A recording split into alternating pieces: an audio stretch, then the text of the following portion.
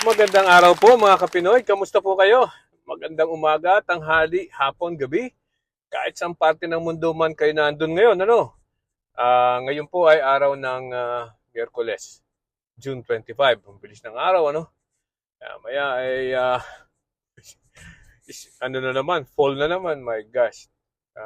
Maybe around 2 months. Malamig na naman dito sa amin. Ngayon po ay 83 degrees Fahrenheit. At mamaya po ay tataas ng mga 100 degrees. So talagang mainit na. And which is good. So, ay nako, ito talagang si Sara Duterte, no? Napakasinungaling. Iba ang sinasabi, iba rin ang ginagawa, ano? So, bakit ko naman nasabi yan? Noong Lunes, alam naman natin na nag-file na ng ng answer itong si Sara Duterte, ano? At through her lawyers. Okay? So, mga abogado niya ay ang kanyang ano ba 'yon?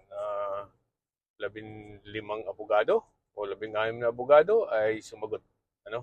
Nag-file.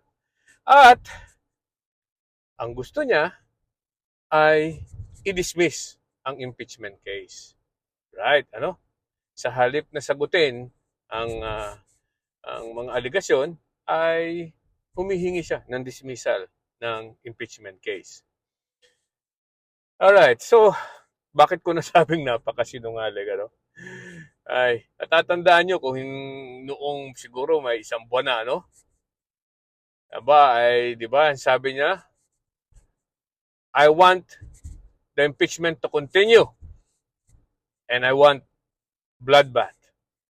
Gusto daw niyang dumaloy ang dugo. Gusto daw niyang ituloy ang impeachment. Sana gusto ko yang ituloy. Pero at gusto kong magkaroon, dumaloy ang dugo. Yan, nauutal na nga tayo, no? So, tapos ngayon gusto niyang ipatigil ang impeachment or ipa-dismiss ang impeachment sa Senado. Diba magkaiba? Magkaiba po yan. Alright, so talakayin natin ang sagot ni Sara Duterte. Ano? Ang una, ang sabi niya ay wala daw sa ngayon ang impeachment dahil ibinalik ng Senado ang impeachment complaint sa House of Representatives. Okay? Number one, VP says no impeachment wraps with the court due to remand. So dahil sa ibinalik daw ang kaso sa ang complaint sa House of Representatives ay wala daw dapat impeachment. Well, ito yung issue na legal issue na inire-raise ng mga abogado, ano, tungkol dito sa ginawa ng Senado. Pero ang sinasabi naman po ng Senado, hey, ibinabalik namin yan, pero hindi kami nalulose ang jurisdiction dyan. Buhay pa rin yung kasong yan, kaya yung impeachment na yan ay buhay na buhay pa rin. So kahit yan ay ibinalik, ay buhay na buhay pa rin ang impeachment at nasa amin pa rin ang impeachment. Okay. So, at padalawa, ito naman po ay hindi talaga, ang alam ko, hindi tinanggap ng House of Representatives. Bagkus, sumunod ang House of Representatives sa hinihingi ng Senado, which is certification na hindi sila nag-violate ng 1-year rule. Okay? Ng one impeachment per year rule. Okay.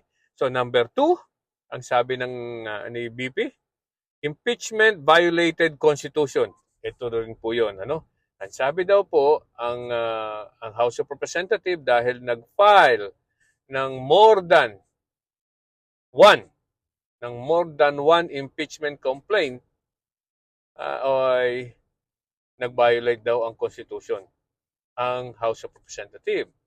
So, ito po ay sasagutin ng House of Representatives, ano, definitely. Dahil mali naman po ito talaga. Dahil ang impeachment, although maraming complaint, 4 na complaint na lumabas at yung pang-4 nga po yung i-final dahil kinonsolidate ng House of Representatives.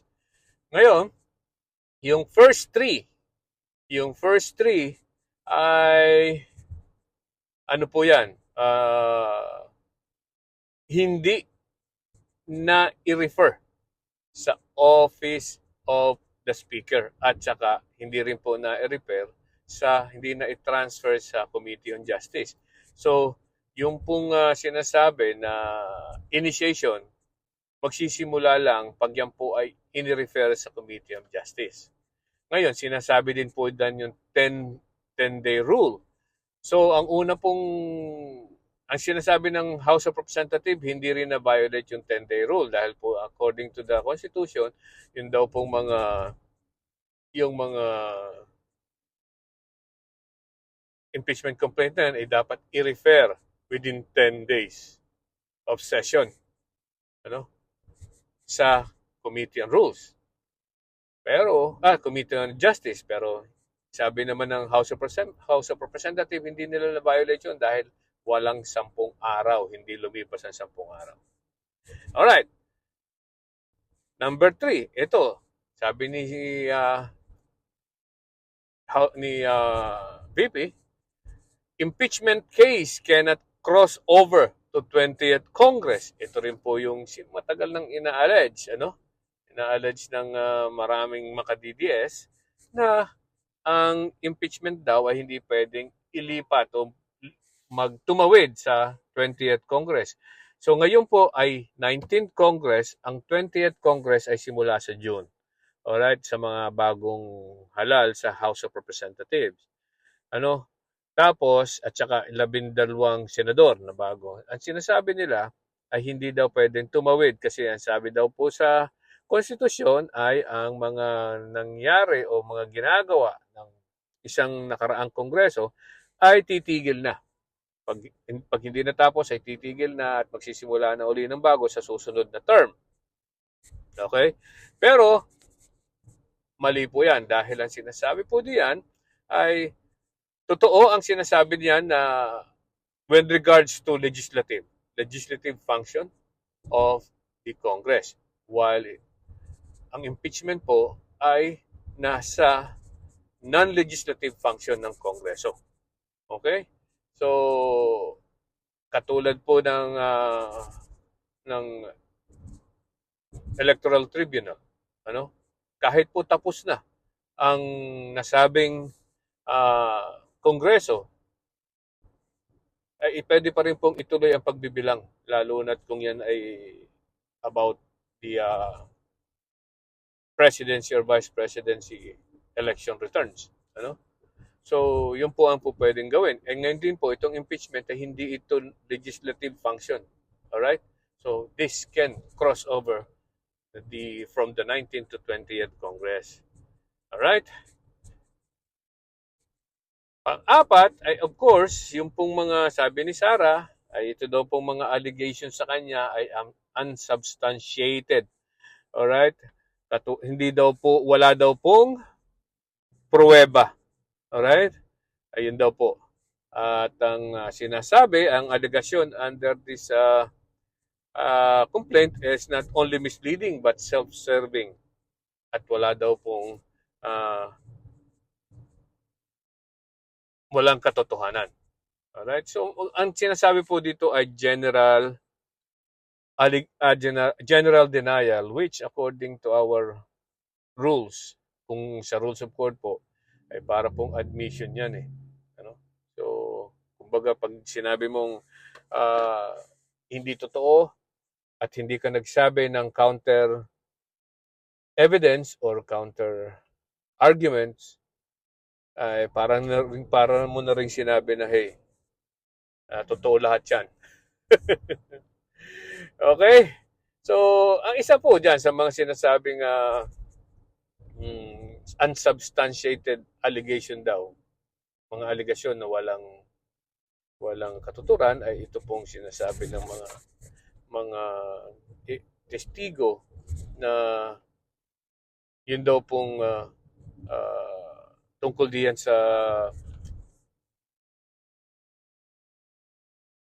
mga payola o hindi naman sinasabi natin payola. Yan yung po yung mga sinasabi nilang mga pinamigay daw po na pera sa Department of Education.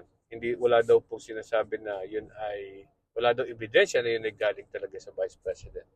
At yung mga dinispalco, at saka yung mga pera na nawawala no, sa mga audit, yan daw naman po ay ah, ina-appeal pa nila. Hindi pa daw po tapos. So, yan po ang mga sinasabi nila. So, ibig sabihin talagang tungkol sa pag-aapila, sinasabing ina-apila pa lang nila yung audit na yan. So, ibig sabihin talagang merong nangyari. Ah, okay? So, ayan na.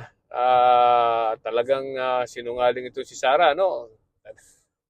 Gusto daw ng impeachment, pero hindi naman talaga gusto ng impeachment kung hindi pinapadismiss. Natatakot din, natatakot na masimulan ang kaso. Dahil alam niya na pag nasimulan ang kaso, mahirap nang pigilan yan. At tuloy-tuloy na yan.